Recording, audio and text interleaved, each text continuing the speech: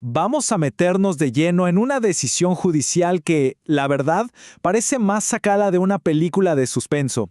Una donde un derecho fundamental fue puesto a una prueba casi imposible.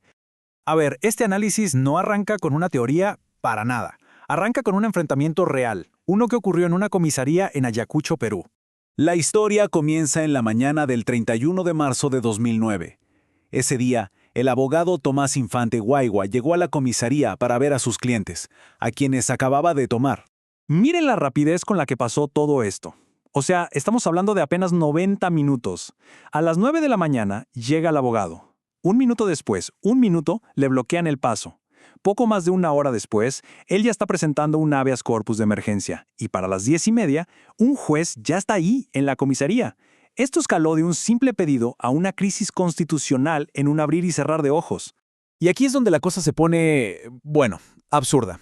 Llegamos al corazón del conflicto, la demanda imposible que le impuso el oficial de policía. Fue básicamente una trampa burocrática perfecta. Fíjense en esta lógica. Es increíble. Paso 1. Para ver a los detenidos, el abogado necesita un papel firmado por ellos. Paso 2. Claro, para conseguir ese papel firmado, pues tiene que verlos. Conclusión. Paso 3. El abogado nunca podrá verlos. El oficial, con la excusa de razones de seguridad, creó este círculo vicioso que en la práctica le negaba a los detenidos su derecho a tener un abogado. Pero claro, el abogado no se quedó de brazos cruzados. No se puso solo a discutir. Usó una herramienta legal superpoderosa, una que está diseñada precisamente para este tipo de situaciones, para cuando la autoridad se excede. Y esa herramienta es el habeas corpus. ¿Qué es esto, en sencillo? Pues es como una especie de botón de pánico legal.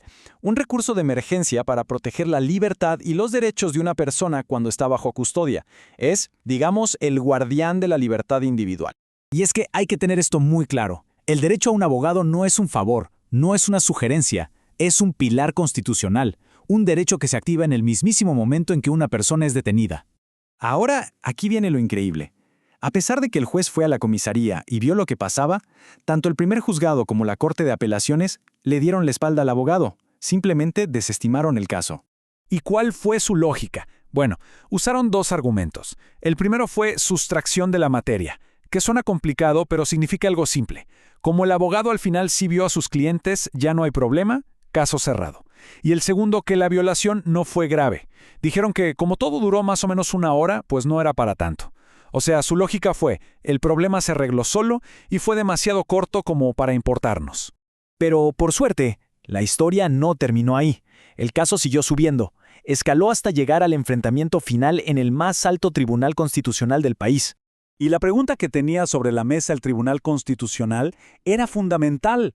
¿Un derecho deja de ser violado solo porque, en algún momento, la violación para? ¿Es así de simple? Bueno, pues la respuesta del tribunal fue contundente. No es que solo estuvieran en desacuerdo con los tribunales anteriores, no. Lo que hicieron fue desmantelar pieza por pieza todo su razonamiento. Miren qué diferencia de visión. Por un lado, los tribunales inferiores decían, fue breve, se solucionó, no es grave. Pero el Tribunal Constitucional dijo, un momento, la violación paró solo porque apareció un juez. La mera existencia de la violación es el problema, no cuánto tiempo duró. O sea, la imposibilidad de ejercer un derecho ya es en sí misma un asunto grave. Y esta cita del fallo lo deja clarísimo.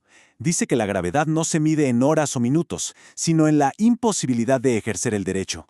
El punto es que el derecho fue bloqueado. Y eso, y solo eso, es lo que importa.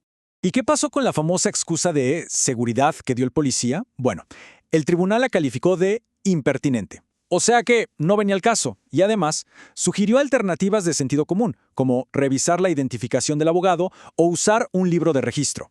Y con esto, la decisión del tribunal fue mucho más allá de este caso en particular.